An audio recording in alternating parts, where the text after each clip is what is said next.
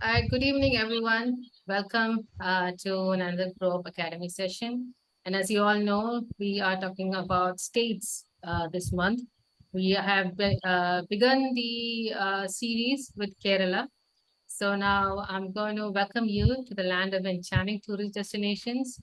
Kerala, as you already know, in the last two sessions, is also known as God's own country.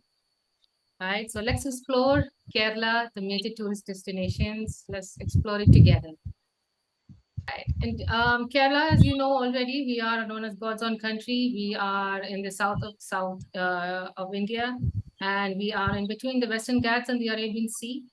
And we are known for our lush greenery and diverse wildlife, and we also have a rich cultural heritage.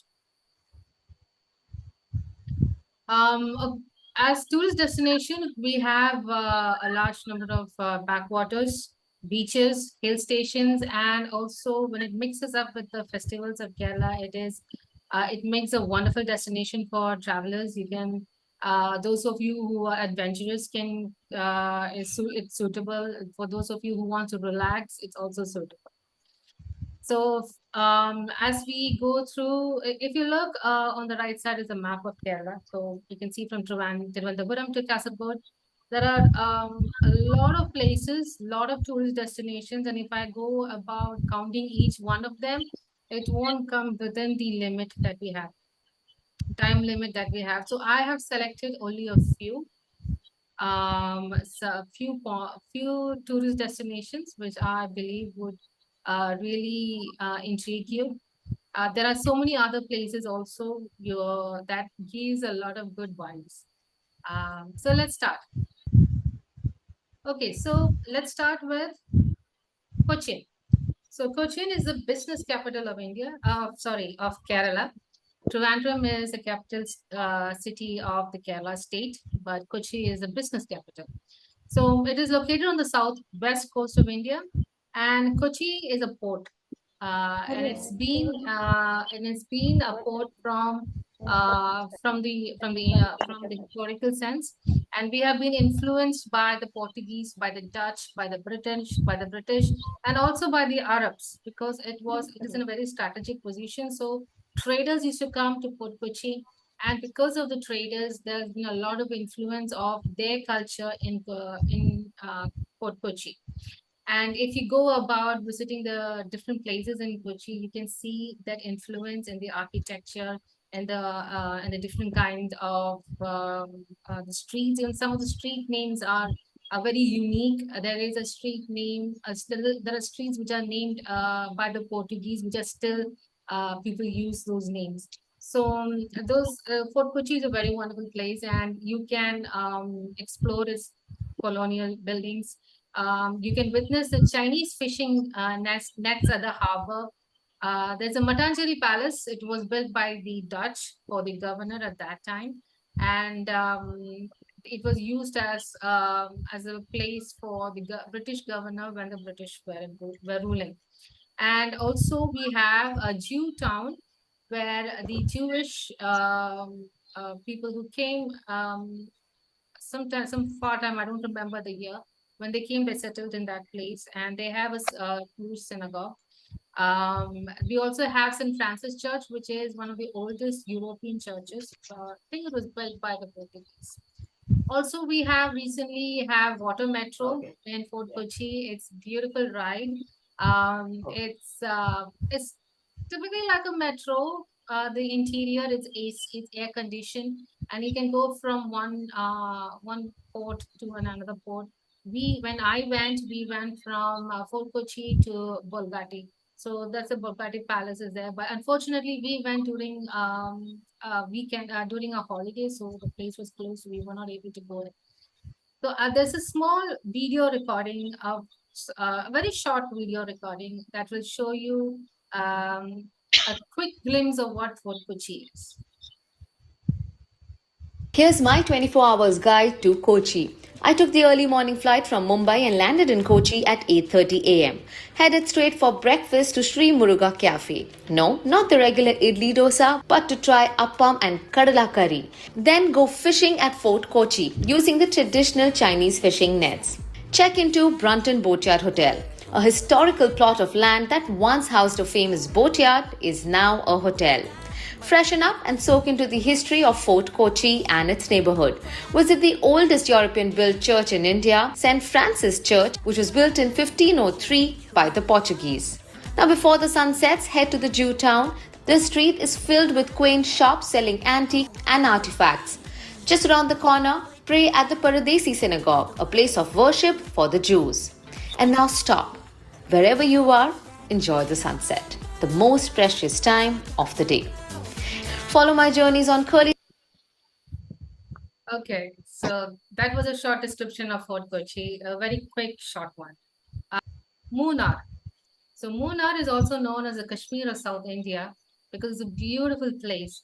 It's about 5 hours journey from my home, and usually my husband, when things get a little bit mundane, boring, or too much of heat, the weather is too hot. He just tells me in the morning like I'm going to Munnar. He takes on the government bus and he goes there in the morning, comes back in the evening, and he's like really refreshed. His mind is refreshed. So that's a place very close to our hearts. We've gone to Mona a couple of times. um, it is located in the Western Ghats in the mountain range, and it's a charming hill station. The main things that you can find in Munnar as you enter into Munnar are the tea estates. It's a breathtaking view, lots and lots of acres of tea estates you will find. The misty valleys and the landscape is amazing. The weather over Munnar is always cool, even when down here in the cities, we are in the blazing heat. In Munnar, it's really refreshing. It's really nice. It's really cool weather. So one of the things that you can do in Munnar, you can visit tea plantations and learn about tea processing. So there are certain resorts. If you book some of the resorts in Munnar, they also have a program where they take you to the tea plantations. You see, you're not only able to walk and the tea estates. They also tell you about the process of how the tea leaves are taken and the process that the tea leaves go through and how you get the final product in your hands. And so it is not only the black tea that we have, there's also the green tea, there is the oolong tea, and there are quite varieties of tea. And they even tell you how to brew the tea. Most of the time, like for a green tea, this is what I have learned that before, what we used to do is we used to boil the green tea leaves just like how we do with the black teas. But when we went there, they told us for green tea, you just need to have the water to come just at a boiling. When you see the small boils in the water, that time you close it, you put the tea leaves and you brew the tea leaves for at least 10 to 15 minutes. Then you get the full nutrients or the good benefits of green tea. So that's one thing that I learned when I went to the street plantations. And also you can go to Echo Point for the views of the hills. And there is also a park called the Eravikulam National Park, and that is where you find the Nilgiri Tahar. That is a goat. It's a mountain goat. And if you are lucky to see one, you're blessed. We went there once and we were able to see a very glimpse, see a little, from far away, you could see a glimpse of one goat. It's a mountain goat, and it's amazing to see the way they climb the side of the mountains. There is no footing; it's smooth, and the way they go about it is amazing. And yes, top station. Top station is a place where you can go to if you have the desire to sleep under the stars in a tent. So I've gone there. They take you around just before sunset. They take you to a cliff of a mountain, and they give you a tent. They give you a water. They give you an emergency light, and then you are left there. They come around by 8 o'clock. They give you grilled dinner, and then that's it. You are alone on the cliff of a mountain, and it's freezing cold. Of course, it's a camping. So that is the way you experience the nature. So that was something that I had in my bucket list to sleep under the stars. So I crossed that out. I had a wonderful time. In the morning, we kept the alarm to see the sunrise. At first, we saw it was because we are the cliff of the mountain, so we can see the the light come out first with the orange and blue mix of colors, and the sun coming out in between the mountains. It's amazing. So, if you guys have a desire to sleep under the stars, please do come to Top Station. You have the Article waterfalls and the Anamudi Peak, which Anamudi Peak is the South India's highest peak. Now, these two places I have not gone, so I can't say much about these two, but I have seen the videos of, and it's amazing. Waterfalls, one thing you need to know is to know if you want to watch waterfalls, don't come during the summer when it is dry, because the waters will not be that heavy. It will be like very little. So if you're coming, don't come in the monsoon because it would be too much. So come in between the monsoon and the summer. During September, October would be the best time to come if you want to watch waterfalls. Okay, here's a short video about Munnar. Happy watching.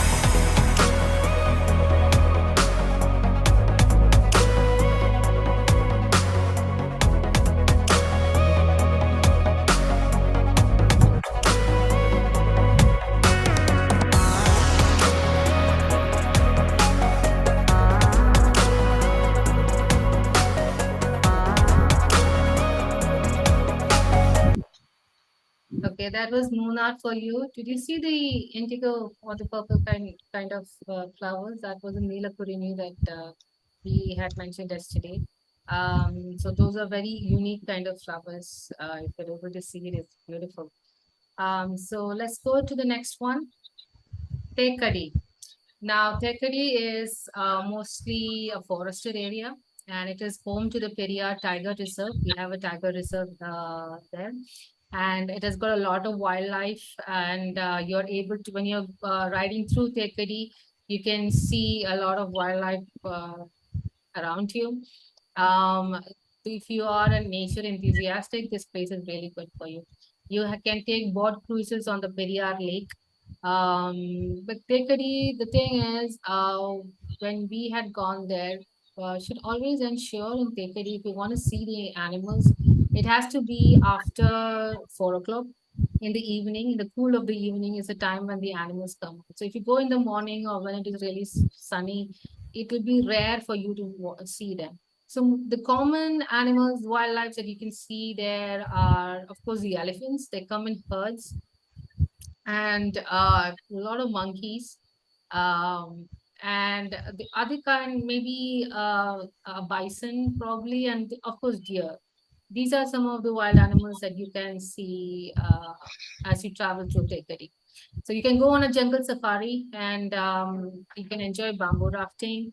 And also, yes, Thekkady is also a place where you can visit spice plantations. So my client from the US, when he came to Kerala, Thekkady was a place where he had visited, and the resort that he was staying in arranged for him a spice plantation tour. So they arrange for the guests to go there and understand and learn about the spices, the different kind of spices, and how you use them in cooking, and what are the benefits of each spice. So if your client wants to, go to and has an interest in these kind of things, this Thekkady is a place that I would recommend. Also, we have the Periyar Wildlife Sanctuary and the Karatanadan Kalari Center. I've not been there. Kalari is actually Kerala martial arts. It's a mix, I think, of judo and karate, if you want to say, but it's something unique. It's something different. It's Kalari is something just, I think it's basically for the Malayalis. So if they are interested, I'm just telling these things because I don't know what the client would be interested in. So these are some things that you can watch in Thekkady.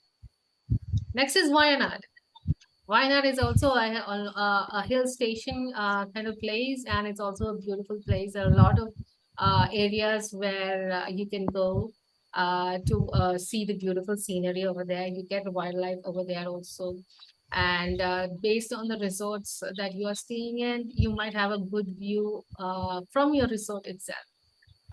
So there are what you can do is you can trek to the Chembra Peak. Now, Wayanad resorts, when you stay in Wayanad resorts, basically they have a program of mountain trek. If you're healthy and fit to walk, climb a mountain, please do that. It is a wonderful activity to enjoy. And one of the things that you can explore is the Edakal Caves. It's an ancient cave which has got stone carvings from the stone each time. It's still there. The only thing is there are about 180 steps that you need to climb. So you can see over here, like these the steps are there. There are 180 steps. These are man-made. As you go on the top, there will be steps made of stone. So just beware, it might not be an easy thing for small children or for elderly people. But if you need a little bit of stamina to do that. And but it's beautiful. The end At the end when you go there, it's beautiful. The carvings are there. I have not gone there, but I've seen the pictures.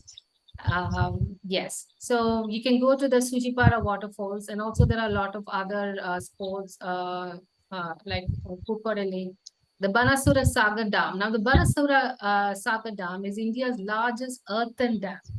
Now, if for those of you who don't know what an earthen dam is, dams are usually built by concrete, by cement and all those things. But earthen dam is made of natural mud. Can't say mud. I don't know what is the exact term for it, but it's natural. It is not made by concrete or man-made things. So Banasura Sagar Dam is one of the largest dam in India. Now if you go next is Alapi. Now Alapi is a place where I am from and Leslie is from. So we have a lot of backwaters and rivers in Alapura.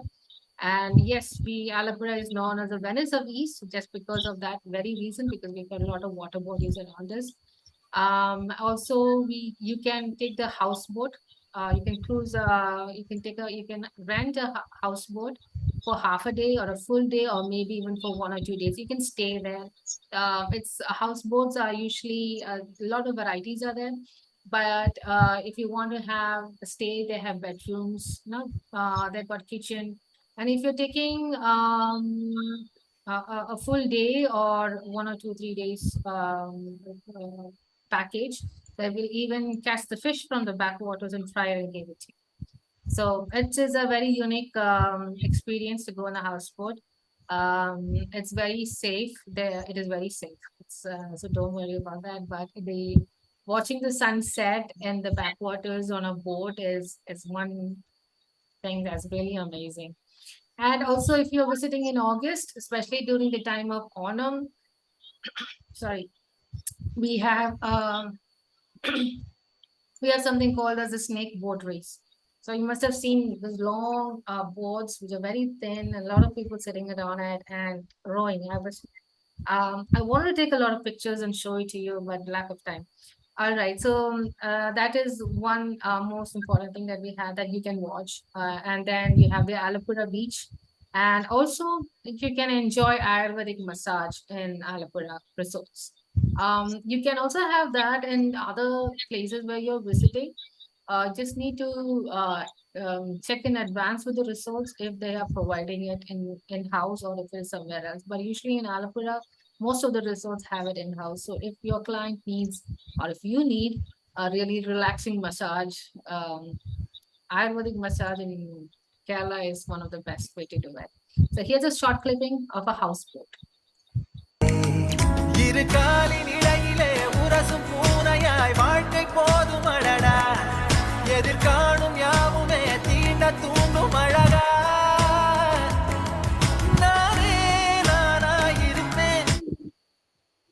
Next one is Kovalam. It's near to Trivandrum. It's a beach. Almost it's famous for its beaches. It's on. It is. It's what do you call? It's crescent-shaped beaches, and those of you love to visit the beaches would this would be a very good place, and you can have a surfing and parasailing, and also there is a marine aquarium in Binyam. It's a like a marine museum kind of thing that is also really good, and there are certain things that you can do in Kovalam. I've just left it there. Please read it at your own time and time. Moving forward, I want to speak about some things that are not commonly known about Kerala. This is the Jadayu Earth Center, which is at a place called Chadayamangalam. This is something that is very near to our house. Unfortunately, I haven't visited it yet. This is a place where you have the Jadayu. It is known. It's a mythical bird who attacked Ravan when Ravan was had kidnapped Sita and was on his way to Lanka. And Ravan had killed Jatayu, and this is a place they believe that the bird has fallen. So that is why they have this big statue here. This is the largest man-made bird statue. So this is a wonderful place to take photographs if you want. But in addition to that, there are a lot of other activities in this place. You have, I believe, you have zip lines also here, and rock climbing, and there are a lot of other activities that you can do in this place. And another one is the Sri Padmanath Swami temple in Trivandrum. It is a very well-known temple.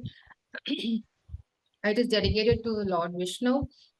And one thing that I like about this temple is that the architecture is made in such a manner that during the time of the equinox, when the day and nights are in equal length, the sun, you can see the sun setting from the top to the bottom in the small boxes over there. It's really marvelous to watch, and I've seen it, and I really liked it. Well, it was really amazing to watch. So here's a small video of that.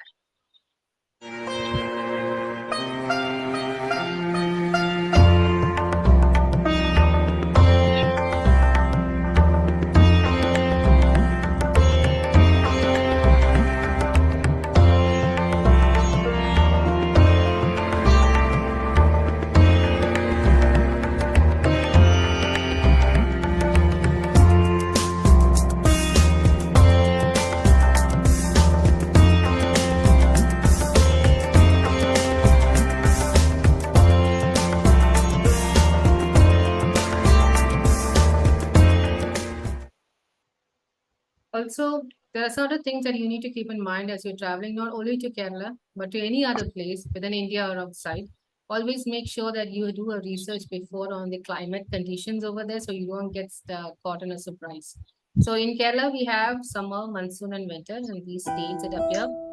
And the best time to visit would be between October to February or June to September. But be careful in June and July and August, we have the monsoon. So if you're not a fan of rains, please don't come at that. All right. So and these are some of the points which I have written here that just anywhere you go, we respect the local customs and traditions, especially in religious places. Dress modestly when you are visiting temples or other religious sites, and always take precautions regarding your health. Enjoying a vacation is really good, but if it's going to bring down your health, not so good. So take care of your health and be responsible when you are traveling abroad. You especially when you are going out of your state or out of India, you're representing your state, you're representing your country. So always be on your best behavior. I think that's I come to the end of it. So next for your next adventure, please do choose Kerala. If you need any more advices or suggestions or opinions, please do contact. Thank you, everyone.